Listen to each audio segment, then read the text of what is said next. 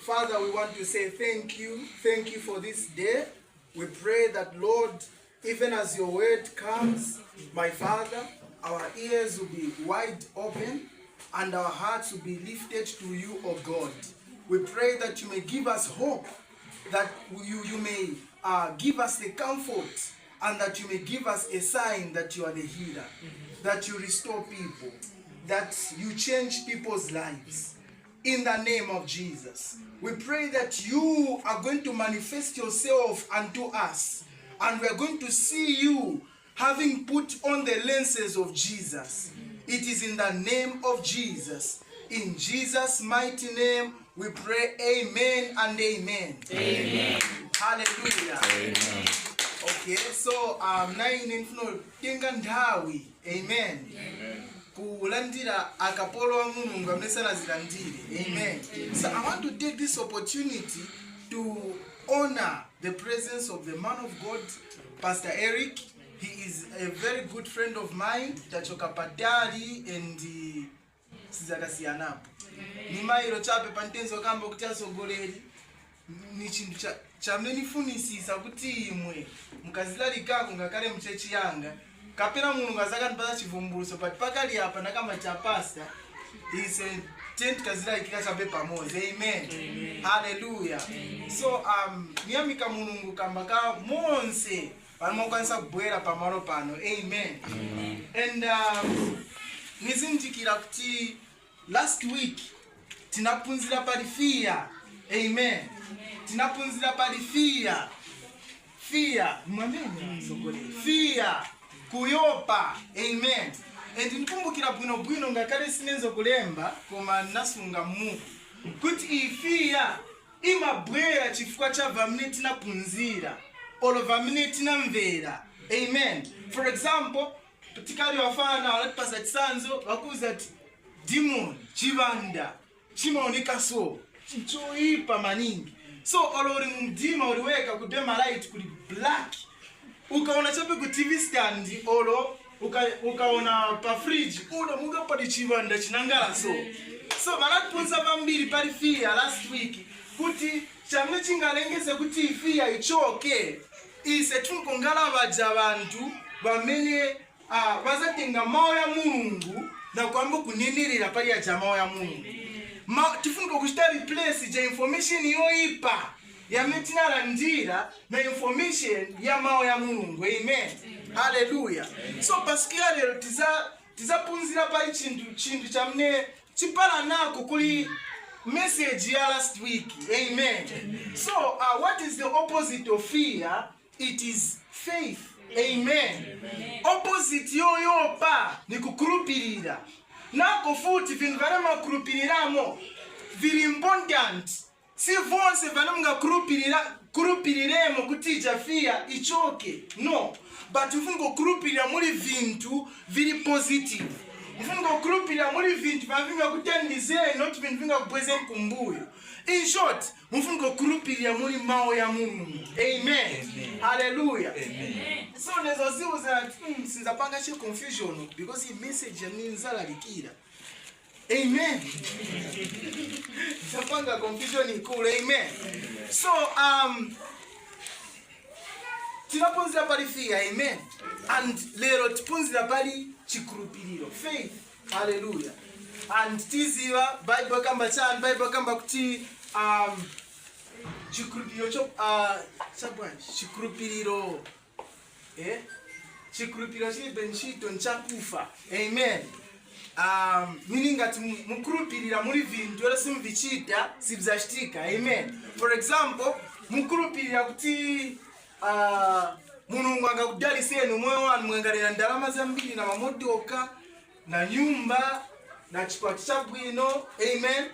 But ngati simsiyenza hard, you're not working hard. Simpushing my files, my application, sakira konchito, kuyamba kuti my business, sivinga chitiki. Olo kuti mwenziri na dream zone. Yakuti pane mnalota mwenzo mvira munga mundali mu dream vazona. Na itupiani zona mwenzo lota. Amen. Menso mpenya.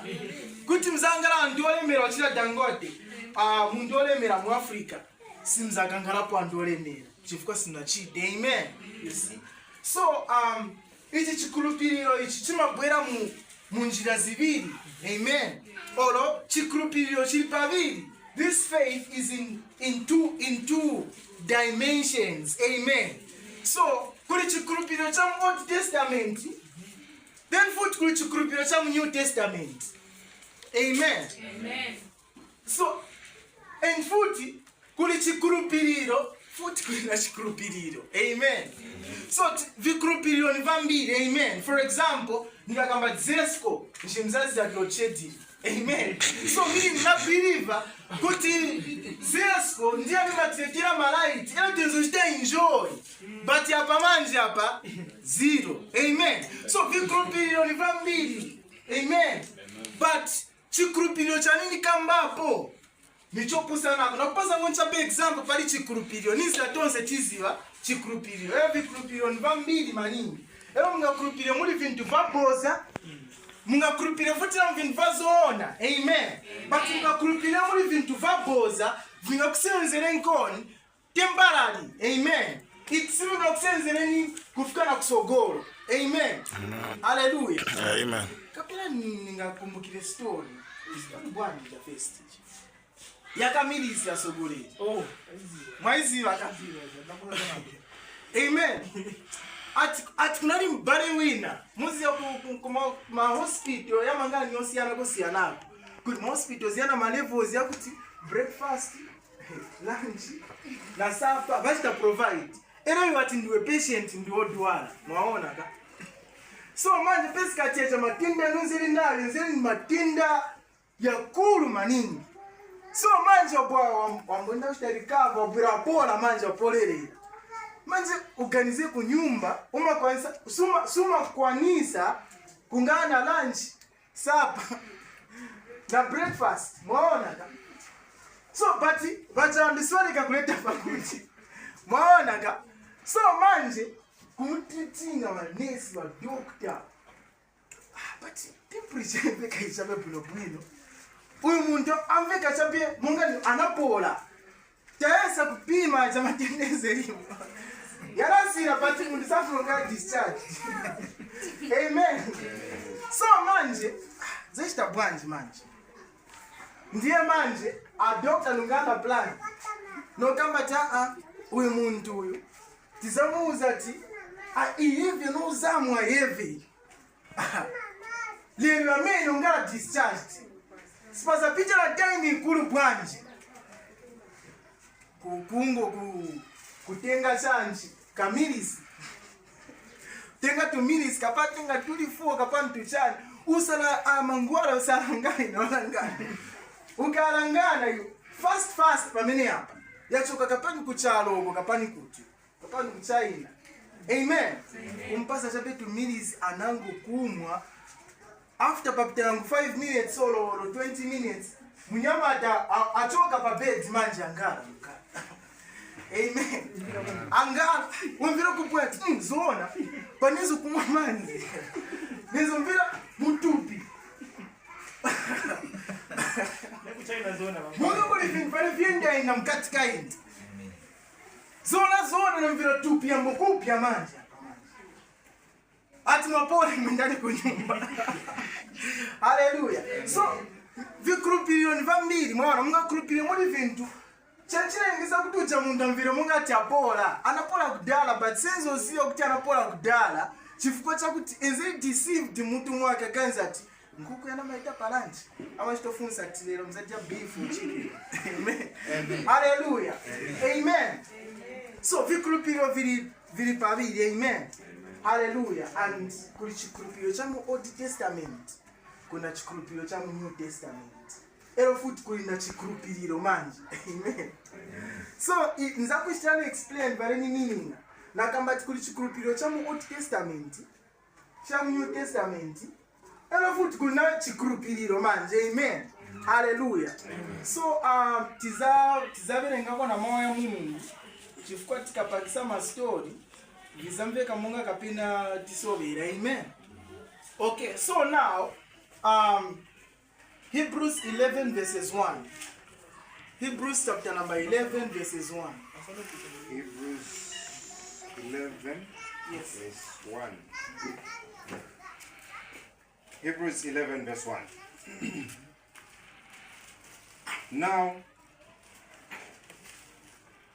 Now faith is confidence in what we hope for and assurance about what we do not see. Just there. So ikambati, now faith is the confidence of what we hope for. Chikurupiriro ni confidence. This is a confidence. Yeah.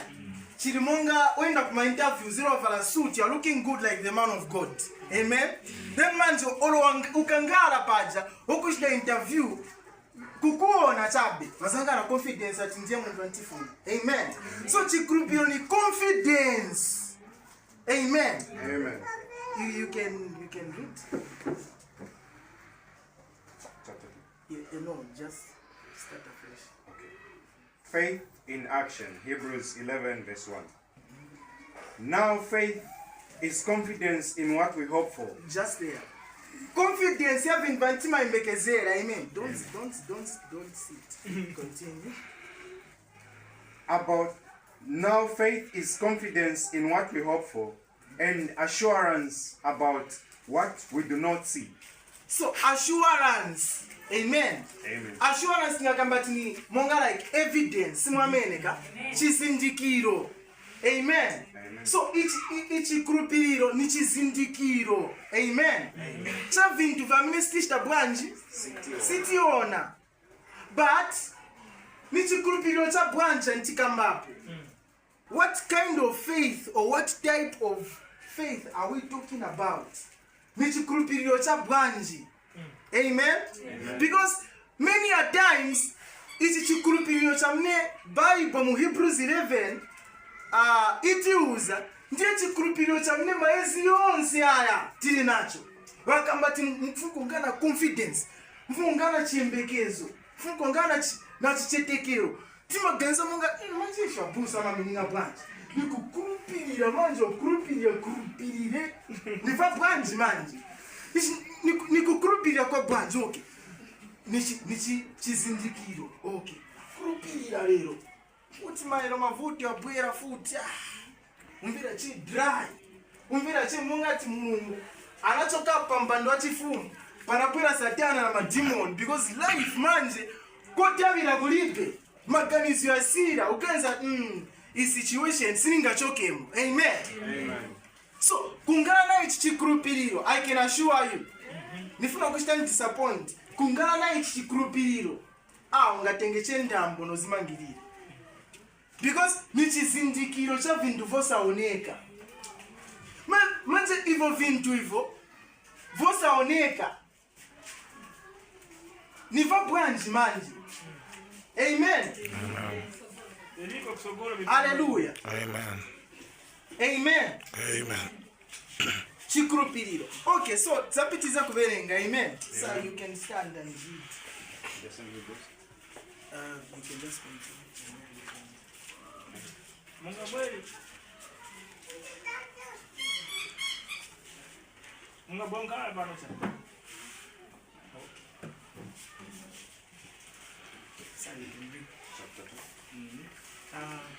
Is it chapter 1? From chapter Chapter 11. Chapter 11, verse 1. Now faith is confidence in what we hope for and assurance about what we do not see. This is what the ancients were commended for. I think change the vision. Amen. Amen. I have the two CD.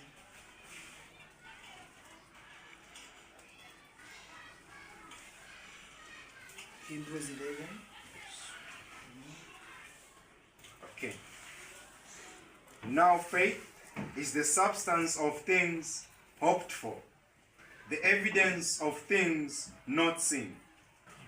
For by it the elders obtained a good report. Just there, I'll be pausing you and I'll punish you not to stand. I mean to sit. Amen. So now, for those of you who are just joining us, tikamba pali chikulupiriro. And takamba kuti last week tenzo kamba pali fear kuyopa, and opposite ya fear ni kukulupirira. Amen. And vana mkulupiramo visiyana chifukwa mungakulupirira muli vintu vani vingakusenzereni na vintu vasingakusenzereni, but mungakulupirira muli mawu ya Mulungu muzachita replace ija fear na kungana na faith. Amen. Chikulupiriro chizabwera and moyo wanu uzangala waenda pasogolo. Amen. So tiverenga mbuku ya Hebrews chapter number 11 verses 1. We will read. It's a long passage of scripture. Amen. Amen. So now verses number 2 says, for by it the elders obtained a good report. Chikulupiriro nchizindikiro michiyembekezo cha vintu vosaoneka. Ena kamba kuti ni vintu bwanji vosaoneka kungana ichi chikulupiriro cha chizindikiro cha vintu vosaoneka. Okay, for example, mundu akuzana ati ukulupirira kuti kuli angel Uriel. Unamvera apa ati angel Uriel. Amen. Okay, nanga Gabriel uzakamba tinamvira but tinamuonepo. Amen. So icho nchikulupiriro manje uzangana chizindikiro, uzangana evidence, because muntu anakuuza vazoona but ukabomuonapo. Amen. So ichi nchikulupiriro nakambati chikulupiriro chamu Hebrews 11 si chikulupiriro chanu. Amen. And kambiri tangati kuzinga chamle chikulupiriro kukulupirira pali ndalama, pali Mulungu kuchilisa, pali moyo watu kwenda pasogoro, but ichi chikulupiriro si chikulupiriro chatu. Now nizakulangiza chikulupiriro chatu. Amen. That's why nakamba man of God kuno simple book kuleta confusion. Hallelujah. So Hebrews 11 verses number 2. For by it the elders obtained a good report. Chifukwa cha ichi chikulupiriro akulu anala njira utenga wabwino. Chifukwa cha chani ichi chikulupiriro. Amen. So you can continue reading. Through faith we understand that the worlds were framed by the word of God. Pamene hapo ati mwachikulupiriro timaziva kuti ziko ya pansi inapangiwa na mawu ya Mulungu. Amen. Olo anapanga ziko la pansi ni ndani? Ni Mulungu. Amen. Chikulupiriro cha Hebrews 11. Amen. You can read, sir. So that things which are seen were not made for things which do appear. Yes, sir. By faith Abel offered unto God a more excellent sacrifice than Cain. Okay, familiar, but don't see. Amen. Atizi ya kuti chifukwa cha ichi chikulupiriro chama elders. Ama elders, umozi wa elders ni Abel. Abel tiza kuti ezena brother wake Kaini yani. Kaini anapaya brother wake Abel. Chifukwa cha jealous. Amen. Now, chikulupiriro kuti chifukwa cha ichi chikulupiriro cha chizindikiro cha vintu vosaoneka. Uyu Abel ezena chikulupiriro manyingi muli vintu vamnera mpunzisa atate wake Adam.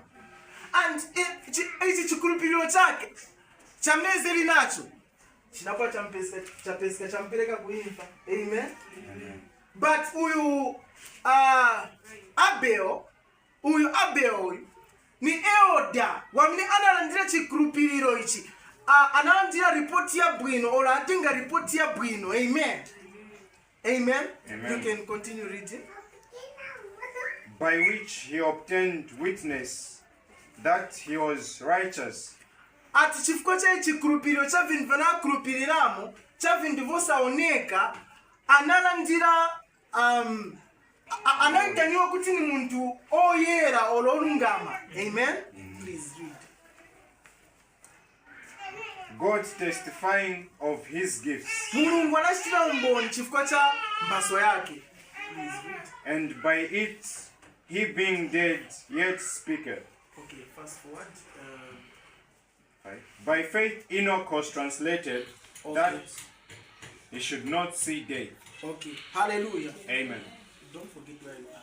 Ati mwachikulupiriro Enoch chifukwa even sina chikulupiriro cheve kapaizo zini evidence ikulu maningi sizi alasipeza chabeati aenda kumwamba wa moyo. Amen. And tiza ino kanaenda na Mulungu 300 years. Amen. And after kuenda na Mulungu 300 years at no Enoch wanaenda disappear munga ya Moses. Amen. So once when Enoch when Abel ndiye ma elders ya mne Bible to use up first. Amen.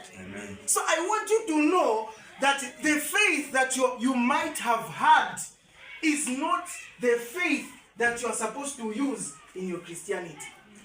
Because we have been using a wrong faith. The Bible is clear. Ichi ni chikurupiriro cha ma elders. Kuti musika ti chikurupiriro cha ma elders. Sasa read on. God had translated him, for before his translation, just 6. 6. But without faith it is impossible to please him. For he that just there. Atikopanda chikurupiriro nikosa deka kukondweresa Mulungu. Man of God, he is scripture. I cannot quote it anymore. Nizela kamba tinzaleta chani confusion. Atikopanda chikurupiriro stinga muchite bwanji sitinga mukondwerese Mulungu. Mi chikurupiriro chanu olo chikurupiriro cha my elders. Yezo kamba imwe olo nze kamba my elders. Amen. That's why, man of God, I don't want to use most of the English because I want people to tiganizire pamoja. I'm telling you. Amen. So, ichi chezeni chikurupiriro chama elders ochan chakuti simunga mukongorese Mulungu atsimkurupirira elders. Amen.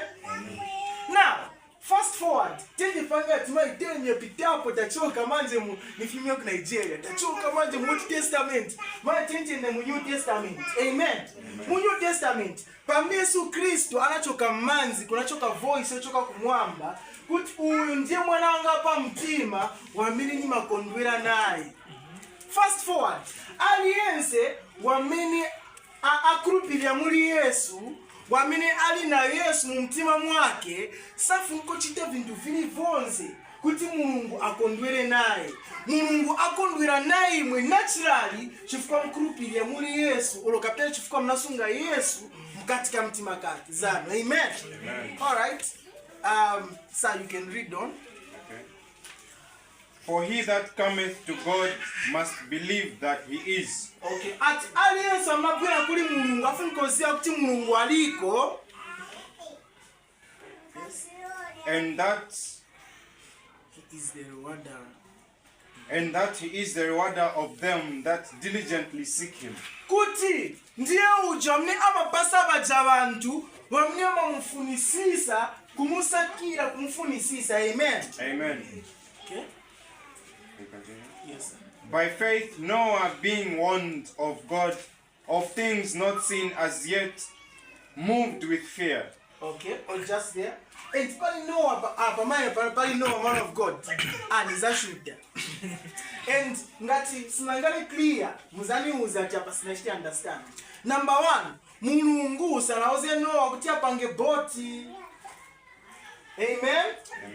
But after Mulungu aoninga Noah kuti kuzaloka mvula, kuzangala branch, kuzangala disaster ndambira za mwalia, Noah anaganzira Eve na family yake.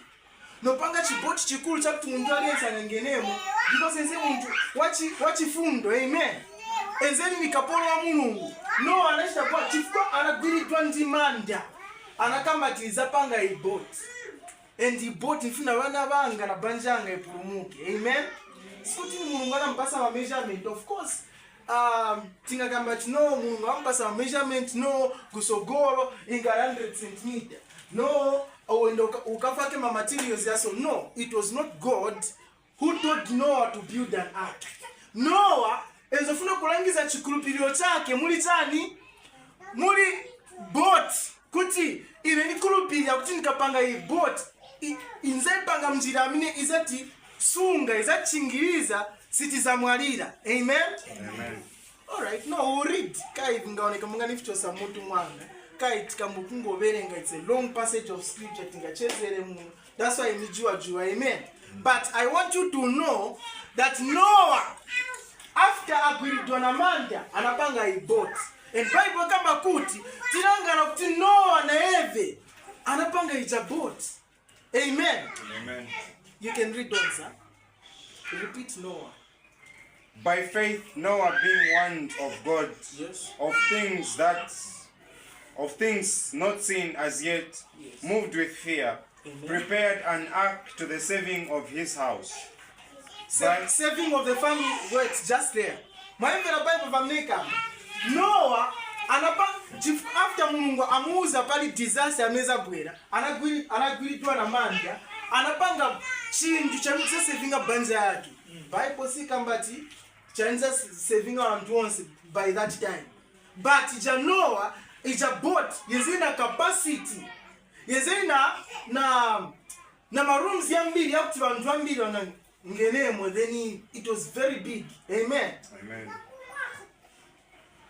Zambeka? Okay, fast forward. Sir, I want you to help me read John chapter 3 verse 14. Sir, you are still there. Amen. Ah, the devil is a lie. John chapter 3. John chapter 3 verses 14. Verse 14. Yes. You are supposed to see her. So that one pause. Sir, continue. I know why I'm saying so. Yes, sir. Continue. By the which he condemned the world. 7. 7 from the fifth. By faith, Noah, being warned of God of 8. things not 8. seen. Go to 8. By faith, Abraham, when he was called to go out into a place which he should after receive, Ati mwachikulupiriro pane Mulungu anauza uyu Abraham kuti aende kumalo. which he should after receive for an inheritance, obeyed, and he went out, not knowing whither he went. Okay. By faith, he sojourned in the land of promise. Okay, inganya Noah, Bible izakokolapo guys, chikulupiriro chake, Bible kama nisewana wandani wa Abraham. Amen. Chikulupiriro chake chinzeni chikuru. Amen. So, by faith, tirangana kuti mwachikulupiriro na yeve Abraham. See? Mulungu anamuuza kuti since ulibe mwana, nifuna ukulupirire kuti zangana naye mwana wako. Then Eva anacha magic kapana shita branch na Medi wagwiriza na mkazi wake wa Abraham na Abraham no tentende kuli uyu Medi kamba akuti imwe tenda tikula 100 years shuwa Mungu malonjezo yake angekuwa misi. See? Wanangala kwa ka doubt. Amen. Then fast forward tunaona ati no Basera anangala na mwana. Enduja mwana amutala ndani Isaac. See? Enduja mwana Mulungu short time Mulungu anakamba taa. Iyo vanafuna kochita nifuna uyu amene mwana wako amene uyu. Uende ukampaye umpeleke munga nsembe sacrifice. Umpaye afi. Mwana wanga zona ati so Mulungu anashita so kuesa Noah olokuuza Noah kuti vamne yozashita kuli first born mwana wako. Ndiye vamne ine Mulungu nizashita kuli first born mwana wanga. First born mwana wanga ndani Yesu Kristo. Iyo first born mwana wako ndani Isaac. Umpeleke pa mountain. So after waenda atate sacrifice liquid at no Mulungu azashita provide. Oh, okay. So instead of Abraham kutashite sacrifice mwana wake kunapira voice yochuka kumwamba kuti Abraham musiye mwana wako. Ine Mulungu nashita provide ngosa inoza pereka. Andija ngosa ija tikavikonga Mulungu arakambati in short Mulungu arakambati tenga Yesu Kristo wanga uyu wamne aliyobisika ku wilderness kuviminga umtenga uzamsopota umtenga until uzampeza umbeke pa altar mushe sacrifice. That's why Yesu Kristo akamba kuti Abraham anaona day yanga ndiponso anakondwera. Ni day branch Mountain Moriah is in the same day yamne Abraham anachita sacrifice ichangosa sana nyamukina ngosa yani mundu olemera maningi sana nyamukina ngosa iliyonse nakanyama kali konse kuti ana Daudi anakulupirira mulivane Mulungu anamuuza ndiponso anakonga kufika kuja Mulungu mwine wake anachita provide napacha pamalo anapatia Jehovah Jireh, Yahweh ile means the Lord will provide, or the Lord has provided himself. Not that Mulungu atenga chintu na kuchita provide, no, but Mulungu eve mwini wake njangala sacrifice. Meaning uja chinyama yezeli ni Yesu Kristu, ningakambe symbol ya Yesu Kristu, shadow ya Yesu Kristu. It was a promise. It was a prophecy. It was a reality which is going to happen when Jesus will be born. Amen. Amen. Hallelujah. Amen. Now, tingabilenge up to kwenda ufika kapela nikuti ni tayari Hebrews 11 ngatifuna kuikonga. Amen. Amen. Very long passage of scripture. So my point kushta summarize vonse, I want you to know that faith is not that strong feeling which you feel. Chikulupiriro si pacha busa kalalikira musakyarisika. Amen. Musachirisiwa. Amen. Kemvira bwino chifukwa Mulungu anakamati anamenyewa anachaiwa and kulibe muntu wamnezo kwanza kumuona pameso pake and chifukwa cha mikwapu zake tinachirisiwa. Amen. Amen. Tiza tinaberenga mamu msoa kamati musachirisiwa tiza. Amen. Because vinakambika. Amen. Amen. But sinje chikulupiriro. Amen. Amen. Now chikulupiriro cha ma elders of Old Testament bezo believer muli vintu. Amen. For example, Noah anabeliever muli ark. Isengatinga ngene muli ark tiza kulupirira. So chikulupiriro or salvation madezi ya Noah nalalikira for 120 years. Amen. Preaching one message. Ngenani mu ark. Amen. So now this is the same. So you can read John chapter number.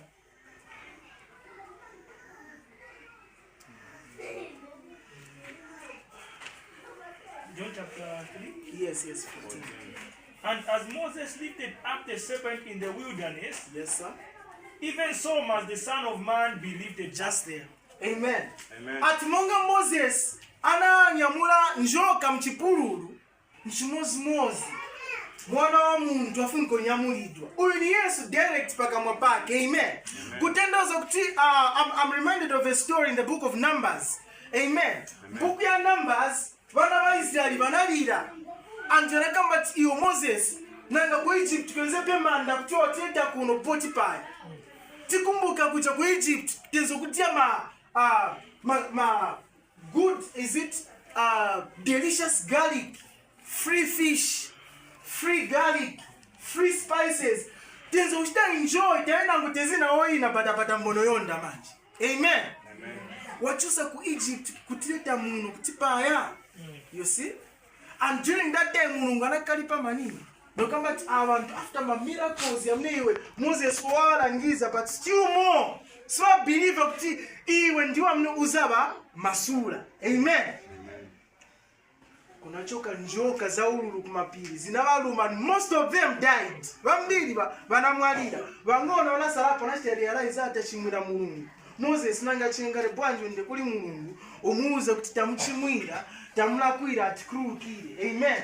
Mulungu anauza Moses panga njoka ya bronze ya kapani gold kapani bronze ya ipange uifaki papo aliyense muntu olokutia lumiwa bwanja kalanganapo olokutia pa point ya infa as long as apa se bloko menso yake nolanga azangala na moyo. Amen. Amen.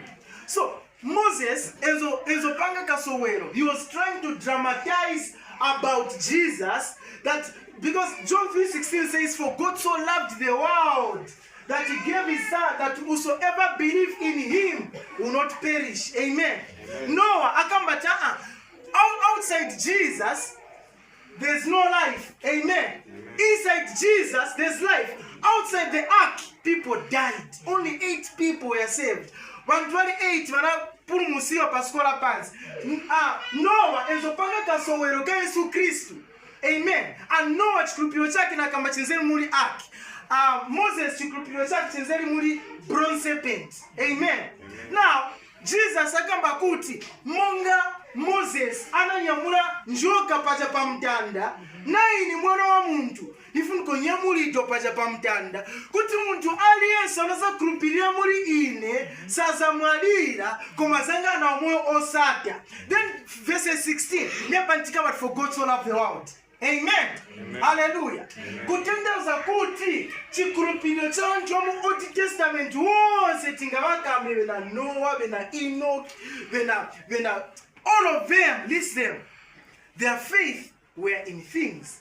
Fast forward, 10 the muli madezi ya Yesu Kristo. Kwa zemu zimaya zina issue of blood for 12 years. Anaenda kuzipatia navosiana siyana. Anaenda kuli masinganga, ma witch doctors. Kwendo tenga mangwala, you see? After Afrika kuja. Amen. Kuli betandizi wa miana ngara, anatenga. Amen. But anamvera pokuti kuli Yesu Kristu. Uyevi amachilisa. Uyevi mbofu zimaona. Uyevi vilema vimaenda. Amen. Sana anakulupiria ama vichite uyu mundu. But after fika pafupi na Eva nendo gwira cha bechani chovala cha Yesu. Anakulupiria mutio mwake kuti ngati ningagwire cha bechovala chake. If only I can touch the hem of his garment, I'll be healed. Amen. So, if you feel like even mutemi Yesu Kristu vanhu vezeribe iyi knowledge yameti nayo. Vanhu vezokurupirira muri vintu, not muri muntu. So now, chikurupiriro chatu sichiri muri vintu.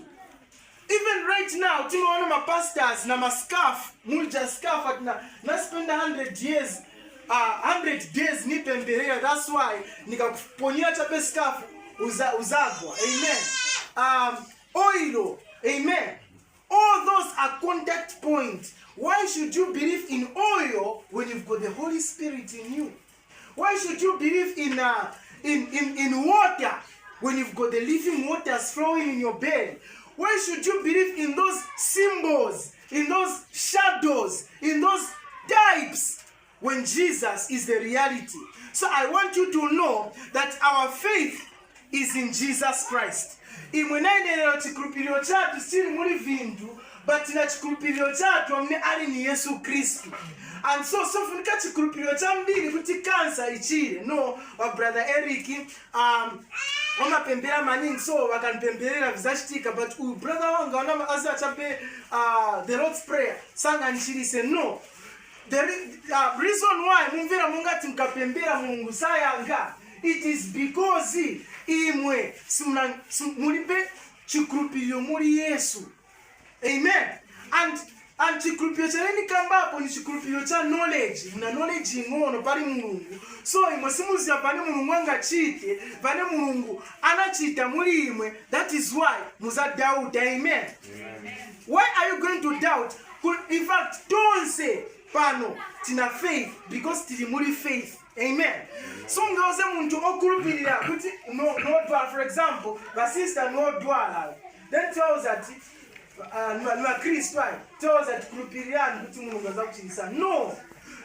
Vana kulupirira kudala muri Yesu Kristu. Vana Yesu Kristu kudala songa believe. You cannot tell a believer to believe.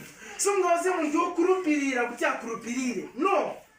They already believe because they have Jesus in their lives. So I want you to know that Jesus is our faith. Our faith is in Jesus. Our faith is not chovala cha Yesu. No. Manto, up to date manto. Vanyamulat manto. All those, sorry, amen. All those nonsense. Amen. I cannot believe in a cloth if I've got Jesus. I know when I am sick, I believe in Jesus and I'll be healed. Amen. This is all I had for you. The Lord bless you. Hallelujah. Amen.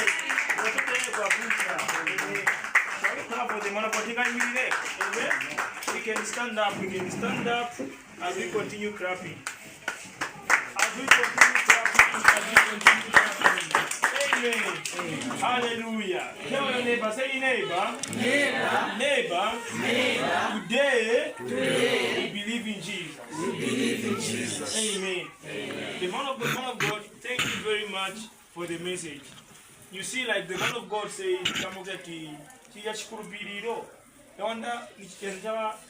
Old Testament. The faith of the Old Testament was believing in things. But you and me today, imwena inepadea lero tukupidia muri Yesu Kristu. Amen. Imwena inepadea lero amana kutoka kama tifingo kupidia muri ndani Yesu Kristu. Osa kama ti nifuno nkarangati Noah. Nifuno nkarangati na chikulupiro ngati Noah. No. So ngakana chikulupiro cha Noah. Imwe mna chikulupiro cha Yesu Kristu. Amen. You are in the New Testament where you are believing in Jesus. Noah is a kukurupirira muri ark. Mwana kambira man of God. Amen. Mulunga mweto iyo kuzakwera mvula izapaya abantu. Noah nkuyopa anda kupanga boti na kapaka ti boti yidira tipolomu. Ita boti is a kutabwanji kulangiza za Yesu Kristo. The reality of that boat is Jesus Christ. That boat was trying to symbolize Jesus Christ. Noah and the family entering into the boat, it was the symbol of you and me today entering in Jesus Christ. Amen. So you can't go back and aleka kupira muri Yesu Kristo na kupira muri boat ya Noah. You don't need to believe in boat is Noah. Or Noah's boat, so to say.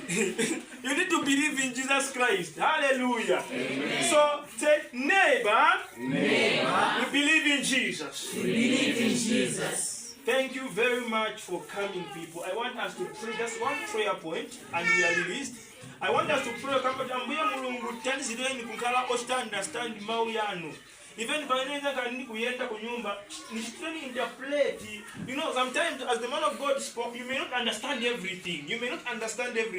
But with time, you find the Holy Spirit are able to understand. Oh, brother Simon, man of God, connect. Oh, brother Simon. That's how the Holy Spirit works. The word of God, which the man of God has preached, you may not understand it completely or fully. But the man of God, hey, it has entered you. But with time, the Holy Spirit will help you to be understanding that word. So I want us to pray about ambuye ni person understanding yamawe yalikiwa pa dearelo. Shall we pray in the same direction? Father, King of glory, in the name of Jesus Christ, O Lord, we pray for the understanding of the words that you have given unto us today. In the name of Jesus Christ, O King of glory, I pray, mighty God, that as your word, O God, has come forth, O Lord, give us an understanding. Give us an understanding. Give us an understanding. In the mighty name of Jesus Christ, Son of the living God, we worship you, Lord. We glorify your name, Lord. There is nobody like you. It is through the name of our Lord Jesus Christ that we pray. Amen and amen. Amen. Hallelujah. Amen. Ziko mokwambiri kubwera, so tafika ku endi ya program. And next week, please make sure that